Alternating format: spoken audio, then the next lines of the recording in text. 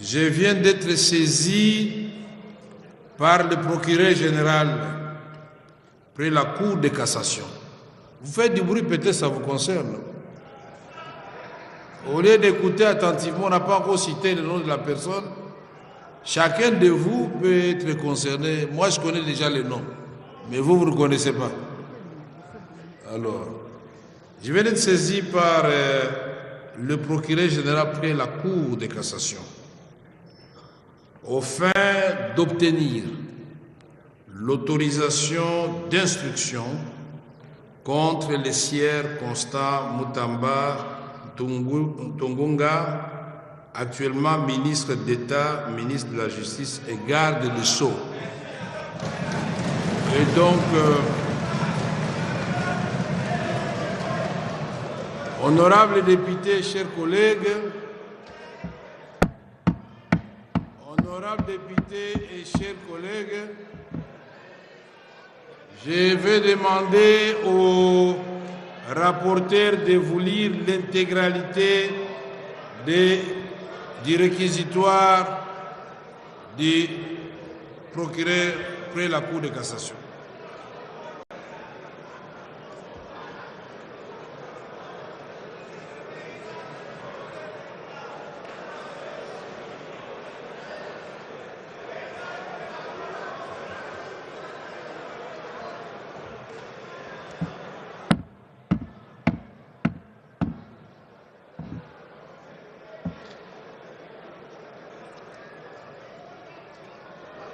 Vous avez la parole, honorable rapporteur, et j'invite les députés à vous suivre attentivement.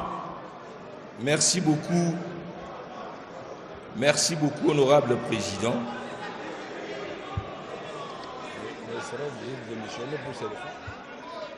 Réquisitoire du procureur général près la Cour de cassation au fin d'obtenir l'autorisation d'instruction contre les sueurs Constant Mutamba Tungunga, actuellement ministre d'État, ministre de la Justice et garde de Sceaux.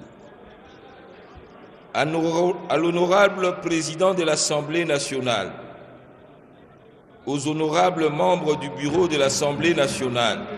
Et l'a dit, est-ce que vous pouvez vraiment garder...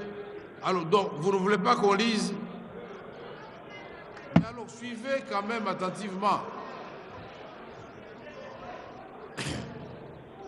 Honorable Ladi, pouvez vous asseoir, s'il vous plaît.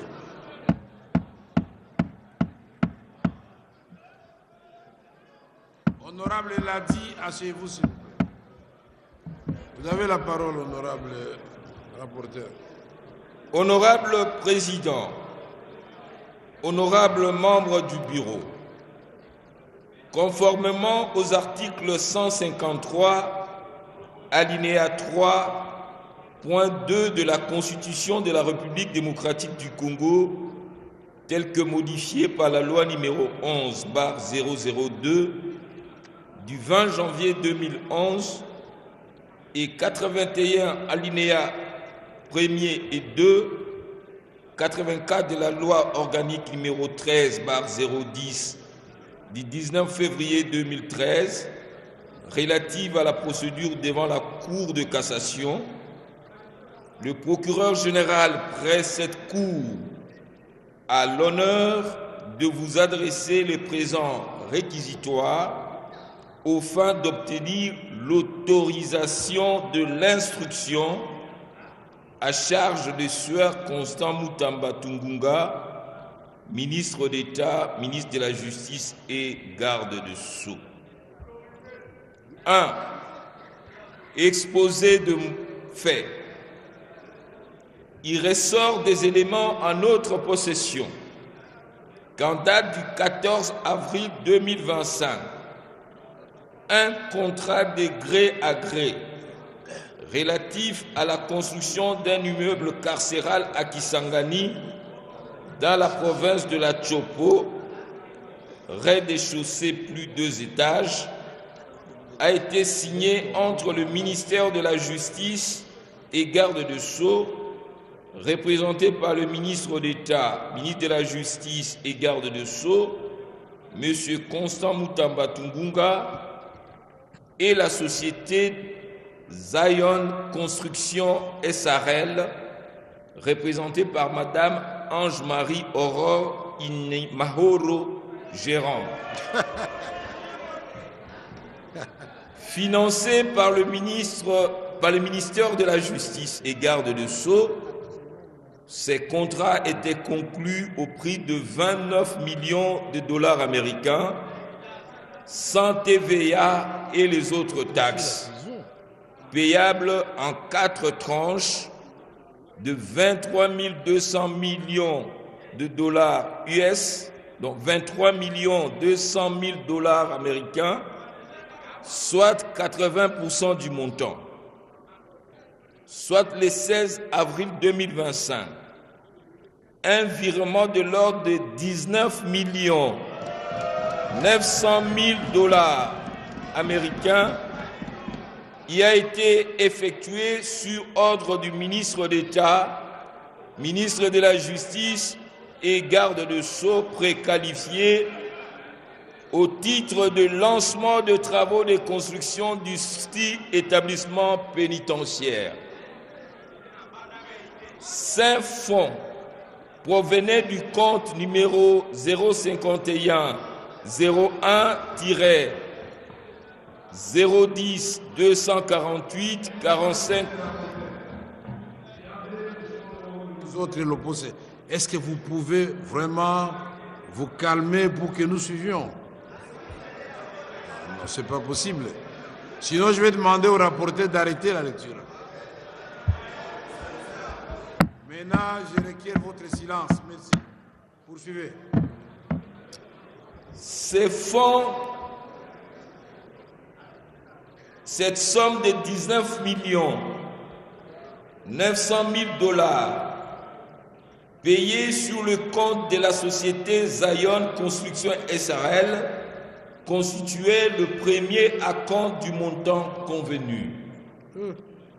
L'examen minutieux de pièces du dossier permet de dégager que l'inculpé Constant Mutamba avait sollicité et obtenu de la Direction générale des contrôles des marchés publics, DGCMP en sigle, l'autorisation de recourir à la procédure de gré à gré avec la société susvisée au coût de 39 877 067 US dollars, suivant la lettre numéro 316 DGCMP DG D1 GEM 2 2025 du 26 février 2025 de Madame la directeure générale AI. Le susnommé Constant Mutamba Tungunga avait par la suite sollicité par sa lettre 729 LN 436 CAB MINE G Garde Sceaux 2025 du 1er avril 2025 de la première ministre l'approbation du contrat de gré à gré signé avec la société précitée. Par sa lettre numéro CAB PM CTS EPM PPP du 8 mai 2025, Madame la Première ministre, sous la plume de son directeur du cabinet, avait instruit les ministres d'État et ministres de la Justice et garde de Sceaux de surseoir à la procédure d'attribution de ces marchés en attendant son approbation, et c'est conformément à l'article 15 de la loi numéro 10/10 du 27 avril 2010 relative au marché public. Il sied de préciser que dans la conclusion du marché gré à gré, 5 étapes doivent être respectées conformément à l'article 136 du décret numéro 23/12 du 3 mars 2023 portant manuel de procédure de marché public, à l'occurrence. Premier tiret, la demande motivée de l'autorisation spéciale. Deuxième tiret, la notification par la DGCMP de l'autorisation spéciale de conclure un marché de gré à gré. Troisième tiret, la demande de non-objection sur le projet de marché. Quatrième tiret, la soumission du marché à l'approbation de l'autorité compétente. Cinquième tiret, l'enregistrement du marché à l'autorité des régulations des marchés publics. Dans les cas d'espèce, Sueur Constant Mutamba Tungunga n'a respecté que les deux premières étapes ci-dessus énumérées. La DGCMP ne lui a accordé que l'autorisation spéciale de recourir à la procédure de gré à gré avec société au coût de 39 877 067 US dollars et attendait que le ministre précité transmette le projet de contrat pour analyse, appréciation de la régularité et éventuellement donner l'avis de non-objection. Il apparaît clairement que sans l'avis de non-objection de la GCMP, ni l'approbation de la Première ministre que le prénommé Constant Mutamba Tungunga a procédé au paiement de la somme de 19 900 000 dollars américains à la société Zion Construction SRL en violation de la réglementation en vigueur.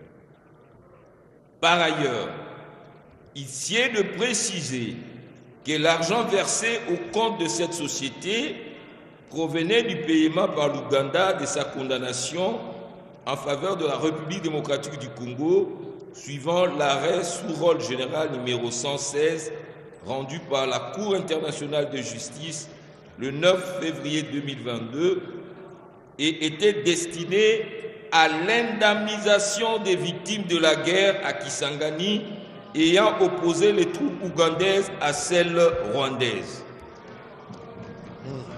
Signalons que ces fonds sont gérés par un établissement public à caractère social dénommé Fonds spécial de réparation et de répartition de l'indemnité aux victimes des activités illicites de l'Ouganda en République démocratique du Congo, en sigle FRIVAO.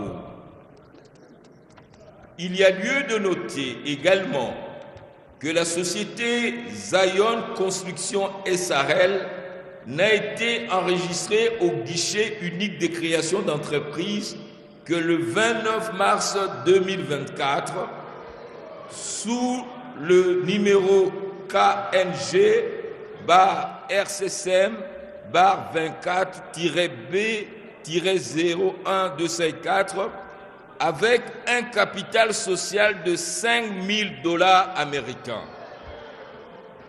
Cette société n'a ni personnel administratif, ni personnel qualifié et n'a qu'un seul associé actif déclaré à la Direction générale des impôts.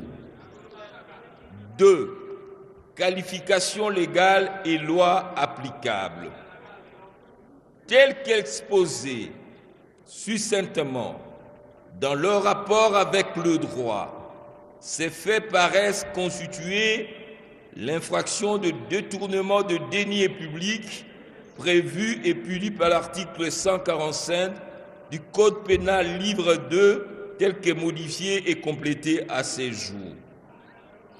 Eu égard à la gravité des faits et de peines comminées par cette disposition, il est de bon droit que le ministre d'État, ministre de la Justice et garde Sceaux, M. Constant Mutamba Tungunga, puisse donner sa version de faits et des preuves pour éclairer notre religion. Par ces motifs qui plaisent au bureau de l'Assemblée nationale, d'autoriser l'instruction à charge du ministre d'État préqualifié pour détournement des deniers publics et lui permettre ainsi de présenter ses moyens de défense. Signé Firmin Vondé Mambou, procureur général près la Cour de cassation. Je vous remercie.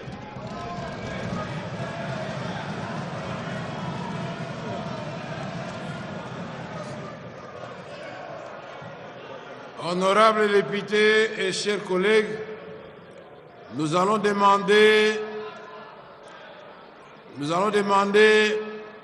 aux différents présidents des groupes parlementaires de nous désigner par écrit aujourd'hui même un membre du groupe qui fera partie de la commission qui va qui va se pencher, qui va auditionner les ministres d'État et après que le procureur général de la République ait présenté son réquisitoire.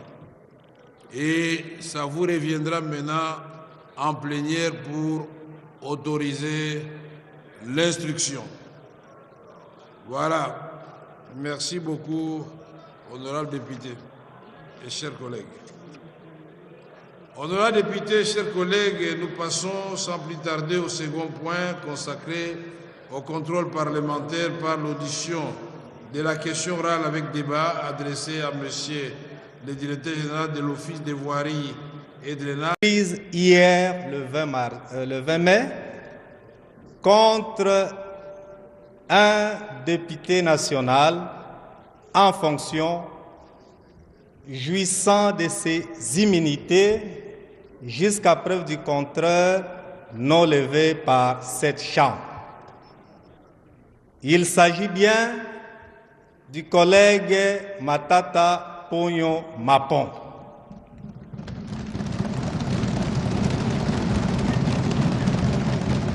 Honorable Président de l'Assemblée nationale, conformément à l'article 149 de la Constitution, la justice sur toute l'étendue du territoire national est rendue au nom du peuple congolais. Et c'est nous qui représentons ce peuple congolais-là. Bien que le juge, dans l'exercice de ses fonctions, soit soumis à l'autorité de la loi, mais les décisions judiciaires que ces derniers prononcent, ils ne le prononcent pas à son nom. Ils le prononcent au nom du peuple congolais. Et nous, en tant que législateurs, nous ne pouvons pas accepter que des décisions iniques soient rendues au nom du peuple congolais. Nous ne pouvons pas non plus accepter, cautionner des erreurs jurisprudentielles rendues par la haute cour du pays, laquelle cour est censée être gardien, veiller à l'application et la bonne de toutes les dispositions législatives et réglementaires en République démocratique du Congo. C'est pourquoi nous ne pouvons non plus, honorable Président, puisque ces décisions sont rendues au nom du Président de la République, ce n'est pas non plus au nom de ces juges. Ces décisions, j'allais dire exécutées.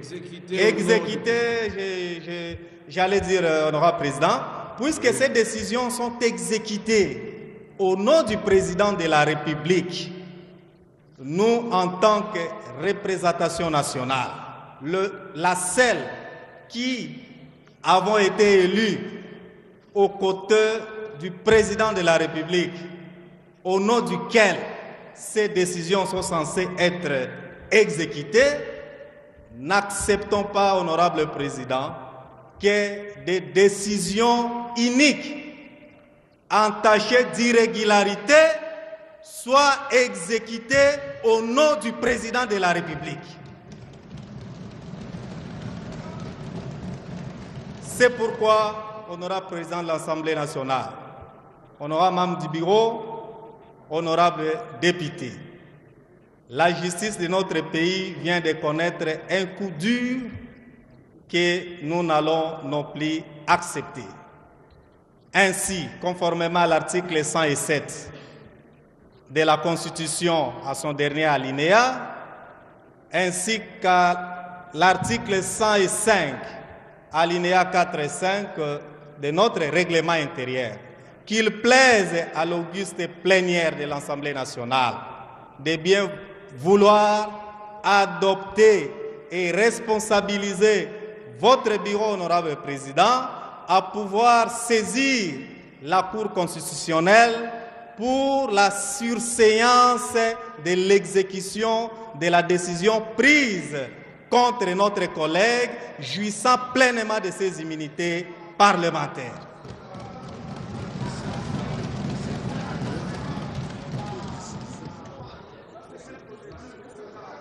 Honorable président de l'Assemblée nationale, honorable membre du bureau, honorable député, très chers collègues.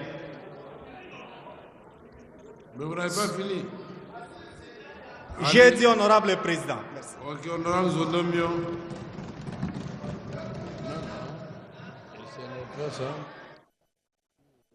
Honorable président, honorable député, chers collègues, honorable Zoum est un chef coutumier. Il a tenté quand même de m'intimider un peu. J'ai été électrocuté. Alors, honorable président, honorable député, chers collègues,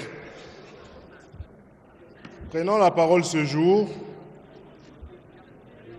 honorable président, je m'interroge sur une situation qui concerne principalement les victimes de Kisangani, les victimes de la guerre d'agression qu'a connue la RDC. Et j'aimerais que vous puissiez m'accorder le temps pour que... Un instant, honorable Zonomio. Quand vous aviez inscrit vos noms sur le même papier, je croyais que c'était la même motion. Terminons d'abord avec la première motion pour vous asseoir. Alors, je souffrais que je puisse alors aborder la motion d'hier. La motion dans le même sens que l'honorable Zouma. Honorable président, le juriste que nous sommes, nous nous interrogeons. Nous nous interrogeons effectivement parce qu'il est vrai que les décisions de la Cour constitutionnelle sont exécutoires et s'opposent au pouvoir public. Eh bien, c'est le principe. Le droit résidant dans les nuances, il était nécessaire de comprendre l'essence de l'intervention de l'honorable Zouma qui sollicitait de la plénière, au vu de la décision rendue, que nous puissions nous prononcer, puisque nous en avons le droit, et ça c'est le constituant qui nous le donne, de suspendre la détention du collègue. Ça c'est la nuance, et c'est dans ce sens qu'il fallait le comprendre, et cela ressort de l'esprit de l'article 107 en son dernier alinéa. Maintenant, honorable président, nous nous interrogeons parce que nous sommes sortis de l'école de droit non sans distinction. Comment se fait-il que vous avez parlé à plusieurs reprises, vous avez écrit au nom de cette représentation nationale et en écrivant, vous vous êtes effectivement interrogé parce qu'aujourd'hui, c'est l'ensemble des députés qui sont en insécurité juridique. Nous nous interrogeons. Notre juge naturel, c'est le juge de cassation. Et pour qu'il nous poursuive, il faut une double levée d'immunité, c'est-à-dire la levée de notre responsabilité et la levée de notre inviolabilité. C'est ce que dit, n'est-ce pas, les théories de droit en matière des immunités.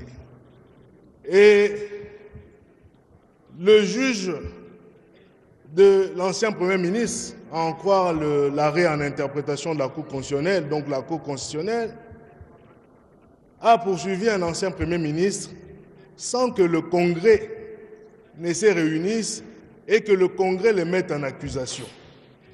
Ce sont là ce que nous pouvons considérer comme des risques épistémiques et même, je dirais, juridiques que la Haute Cour a voulu enseimer au travers de son arrêt rendu hier.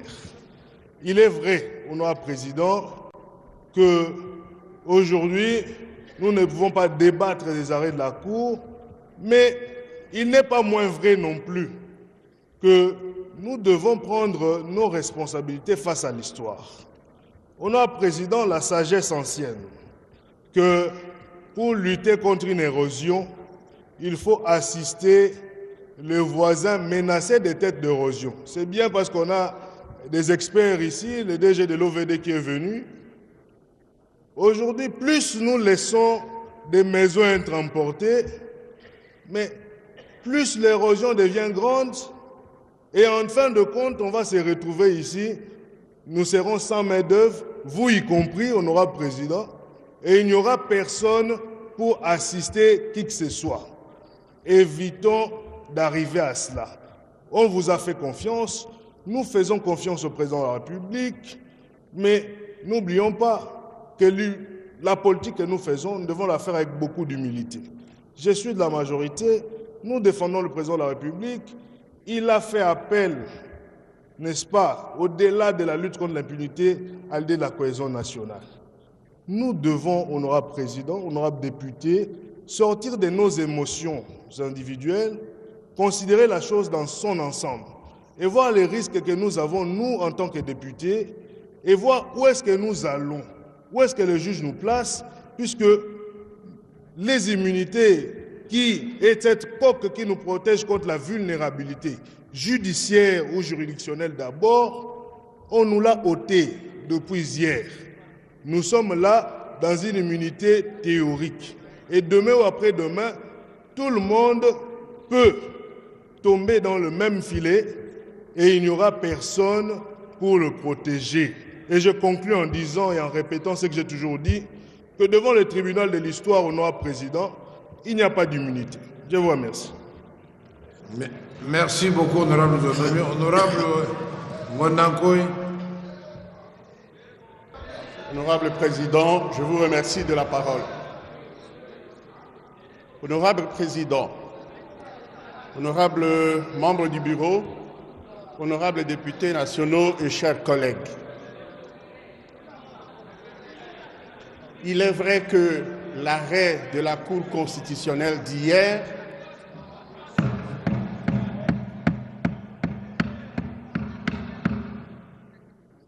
je disais, honorable président,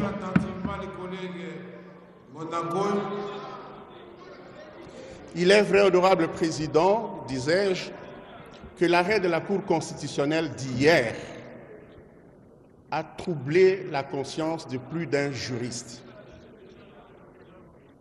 Et en commençant par nous, les constitutionnalistes. L'équation était simple. Ou bien les collègues Matata étaient poursuivis pour avoir commis une infraction de détournement dans le cadre du projet Bukangalozo, et ce, dans l'exercice de ses fonctions de Premier ministre, auquel cas, effectivement, son juge naturel est la Cour constitutionnelle, ou bien le collègue a été poursuivi comme député national et à ce titre, il n'est pas justiciable de la Cour constitutionnelle. Mais puisque la Cour constitutionnelle s'est déclarée compétente et puisqu'on l'a poursuivi du chef de détournement dans le cadre du projet de Bukangalozo, au nom du principe de la cristallisation des faits en droit pénal, la Cour était liée par la procédure d'une double demande de levée comment dirais-je, d'autorisation de poursuite et de mise en accusation.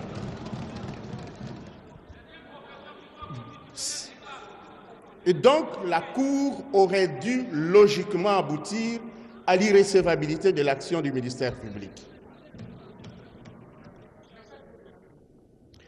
Mais, honorable Président, l'article 151, alinéa 2 de la Constitution, nous interdit malheureusement de statuer sur des différends juridictionnels et même de nous opposer à l'exécution des décisions de justice. Normalement, nous n'aurions même pas dû discuter de ça ici. Mais la question interpelle le politique que nous sommes aussi. Parce que c'est nous qui sommes législateurs.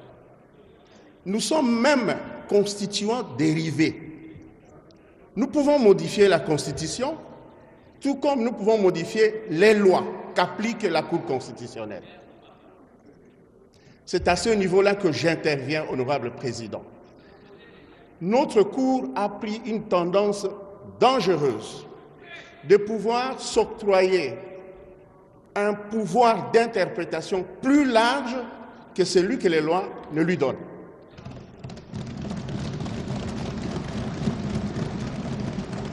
Il y a une théorie qui a été appliquée là-bas, honorable Président, que la Cour constitutionnelle est l'organe régulateur des pouvoirs publics et de la vie politique, en s'inspirant de l'exemple béninois. Mais au Bénin, cette compétence est expressément attribuée à la Cour constitutionnelle par la Constitution. Chez nous, le juge constitutionnel se l'est attribué motu proprio, c'est-à-dire de par sa propre volonté. Alors même que la loi organique sur la Cour constitutionnelle dit que la Cour n'a des compétences que celles qui lui sont dévolues par la Constitution, et ces articles de la Constitution sont énumérés à l'article 41 ou 49. La Cour, allant au-delà, s'est octroyé un pouvoir de régulatrice de la vie politique. Ceci est une dérive dangereuse, honorable Président.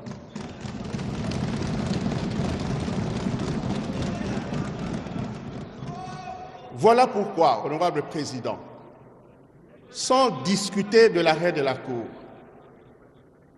sans s'opposer à son exécution, la première démarche à faire, honorable Président, c'est que vous, notre Président, dans le cadre d'une réunion interinstitutionnelle présidée par le chef de l'État, que ceci soit évoqué.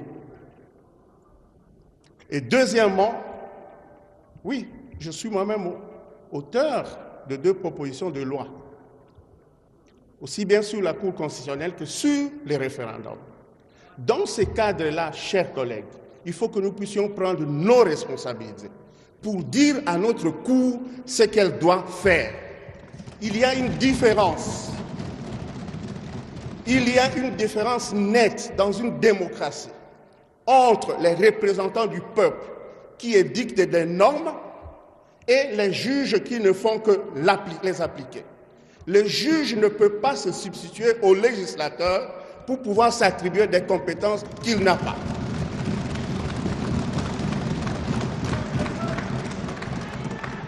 Ce sont les 2 démarches que je vous propose, honorable Président, pour essayer de sortir de ce nœud gordien. Je vous remercie. Merci, honorable Monaco. Honorable député et chers collègues, je n'ai pas l'intention d'ouvrir le débat sur cette question, d'autant plus que la Cour constitutionnelle a rendu son arrêt. L'arrêt nous sera signifié. Je comprends bien votre position, le message que vous véhiculez. La Cour constitutionnelle a rendu son arrêt. Une nouvelle étape est ouverte, mais nous n'avons pas encore été saisis, signifiés Et donc je vais inviter tout le monde d'abord au calme. Je n'ai pas le contenu de cet arrêt et donc nous n'allons pas le commenter ici. Nous resterons dans le cadre de nos attributions en tant qu'Assemblée nationale. Croyez-moi que tout le monde s'exprimera pour faire respecter la Constitution. J'ai entendu ici des pour et des contre. Non, il y a eu une motion et moi je viens d'arrêter le débat à ce stade-ci parce que nous risquons nous-mêmes de glisser dans l'inconstitutionnalité. Si nous commençons à commenter les arrêts de la Cour et tout ça, attendons d'abord être saisis et nous poursuivrons la question. Merci beaucoup. Dans le même ordre d'idées, pour que vous soyez informés,